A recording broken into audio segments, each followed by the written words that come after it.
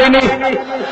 ও মুসলমান, মরণের আগে যদি ভোট কেন্দ্রের মধ্যে ঢুকে আব্রাহাম লিঙ্কনের পুঁজিবাদী কুহুরি গণতন্ত্রের প্রার্থীর পক্ষে সিল মারো, তখন তোমার কথার সাথে মিল নয়, এটা মুনাফিকের আলামত। মুনাফিকের জন্য আল্লাহর একটা ফতু আছে। আল্লাহ বলেন, ইন্নাল মুনাফিকিনা ফিদ দারকি আসফালি মিনাল নার।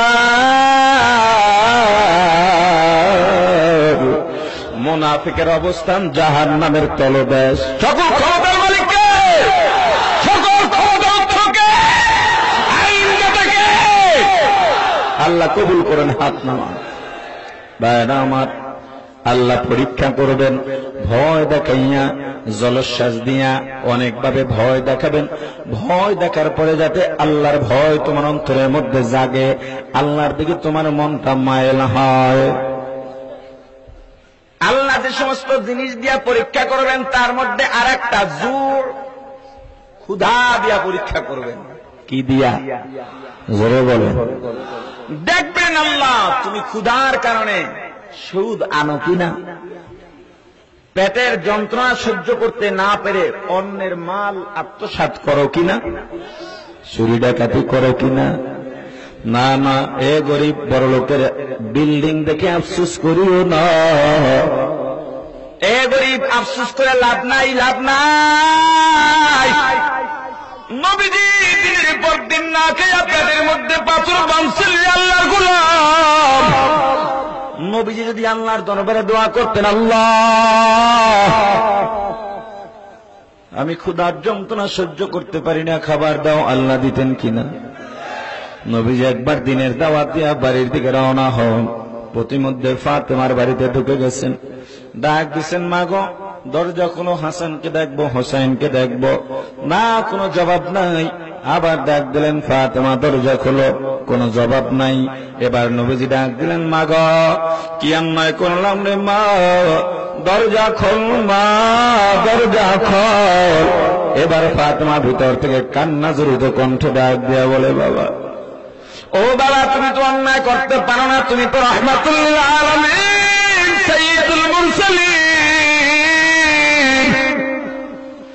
ও বাবা, তুমি প্রথম ডাক দিছো, দরজা খোলার জন্য ব্যাকুল হয়ে গেছি বাবা।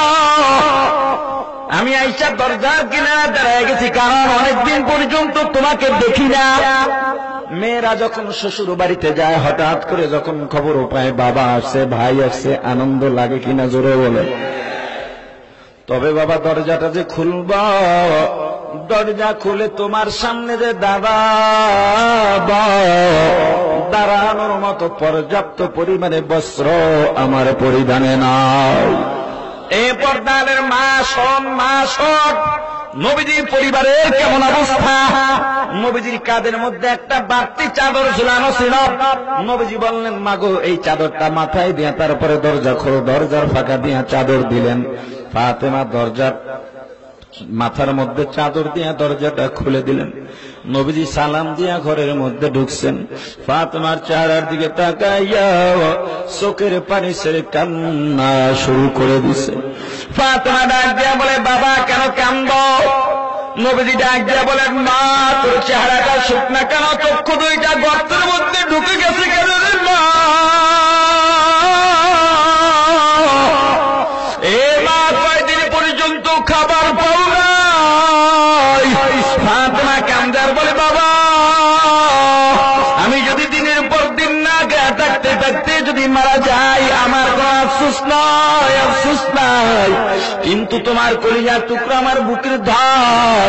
হাসান হোসেন 3 দিন পর্যন্ত খাবার না পাইয়া আজকে আমার পা জড়াইয়া কান্দার বলে, মাগা ক্ষুধার যন্ত্রণা সহ্য করতে পারি না রে মা, খাবার দাও মা, খাবার দাও। ও বাবা, কোন সন্তান যদি 3 দিন পর্যন্ত খাবার না পাইয়া বাবার কাছে, মায়ের পা ধরে মায়ের কাছে খাবার চায়, আর যদি মা খাবার দিতে না পারে, বলো বাবা মায়ের কাছে কেমন লাগে রে বাবা? নবীজি ডাক দেয়া বলেন, ওরা এখন কোথায়? ফাতেমা ডাক দেয়া বলে, বাবা ওই যে তাকায় দেখো চুলার মধ্যে পানি ফুটাইতেছে। কিচ্ছু নাই, মধ্যে কিচ্ছু নাই। হাসান হোসেন দুজনে কি আনন্দ, মা খাবার বসায় দিছে, আসলে বাবা ভিতরে পানি ছাড়া কিচ্ছু নাই। ওরা আনন্দ করতে করতে ঘুমা গেছে। ঘুম থেকে জেগে যদি বলি মা গো খাবার হয়েছে রে, কি জবাব দিব?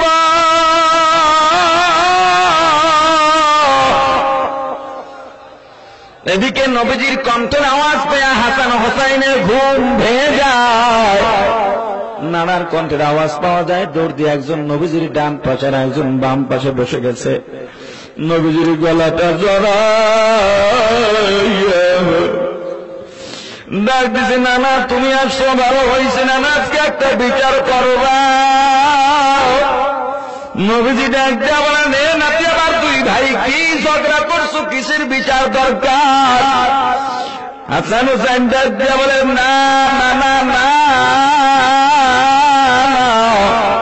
আজকে ভাই ভাই দ্বন্দ্ব নয়, আজকে বড় কঠিন একটা মামলা তোমার দরবারে দায়ের করতে চাই।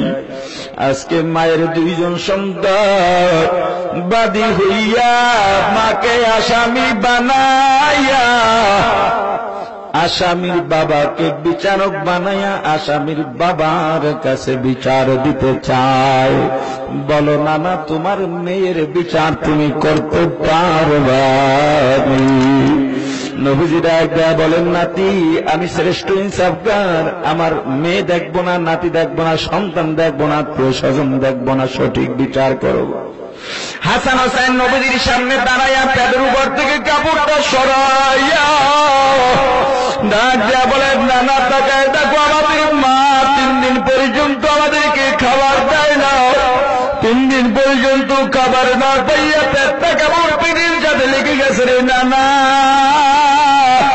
আমাদের মায়ের বিচার চাই, 3 দিন পর্যন্ত কেন আমাদেরকে খাবার দেয় নাই? নবীজি চোখের পানি ছেড়ে বাচ্চাদের মতো কামদার বলে, ও নাতি এই বিচার আমি করতে পারব না। হাসান হোসেন বলে, দেখছ নিজের মেয়ে এজন্য বিচার করতে পারল না।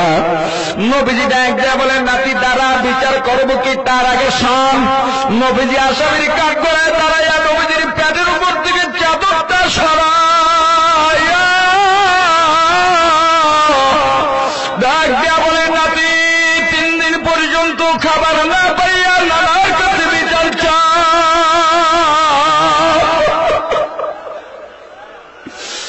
আর তাকাইয়া ডাক তাকাইয়া ডাক করুণা 7 দিন পর্যন্ত খাবার না পাইয়া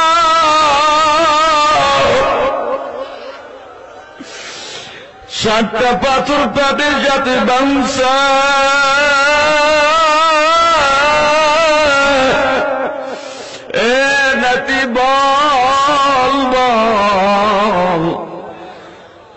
যেই বিচারকের নিজে 7 দিন পর্যন্ত না খাওয়া, সে 3 দিন না খাওয়ার বিচার কেমনে করবে? এ চট্টগ্রামের মুসলমান, যেই নবী ক্ষুধার্ততাইকা দিন কায়েম করে গেলেন, এই দিন কায়েমের জন্য আমাদের চেষ্টা করা লাগবে কি লাগবে না? কিসের মায়ায় পড়ছো? দুনিয়ার পাগল হইস না, অর্থের পাগল হইস না। টাকা পয়সা দিয়া কি করবি? লাভ নাই, লাভ নাই। দিনের জন্য জীবনটা কুরবান কর, দিনের জন্য জানমাল কুরবান কর। এত টাকা দিয়া কি করবি? 10 তলা বানাইছো, 11 তলা বানানোর জন্য পাগল হয়ে গেছো, লাভ নাই। ইসলামের খেদমত কর। যেই নবী ক্ষুধার্ত থাইকা না খাইয়া পেটে পাথর বেঁধে দিন কায়েম করে গেল, এই দিন এখন কায়েম রাখার জন্য যারা চেষ্টা করে তাদের সহযোগিতা করা লাগবে কি লাগবে না? জোরে বলেন, লাগবে কি লাগবে না? এ ধনী কি আছো? এই যে চরমনার মুজাহিদ কমিটি, অনেক ছাড়া বাংলাদেশে কিরাতুল কোরআন মাদ্রাসা, কোরআন শিক্ষা বোর্ড, দিন কায়েম সংগঠন, কোটি কোটি টাকা প্রয়োজন। চরমনার মুজাহিদরা তো গরিব, তোমার তো টাকার কোনো অভাব নাই। আল্লাহর রহমতে চরমনার দিন সমন্বয় এখনো তো বাংলার জমিনে আছে, ঠিক কিনা? চরমনার উসিলা আজকে জামপুরি ময়দানে যে হেদায়েতের বয়ান হয়, হাজার হাজার মানুষের চোখের পানি এই মাঠের মধ্যে পড়ছে। একজনে যদি আমিন বলে আল্লাহর আরশ পরিজন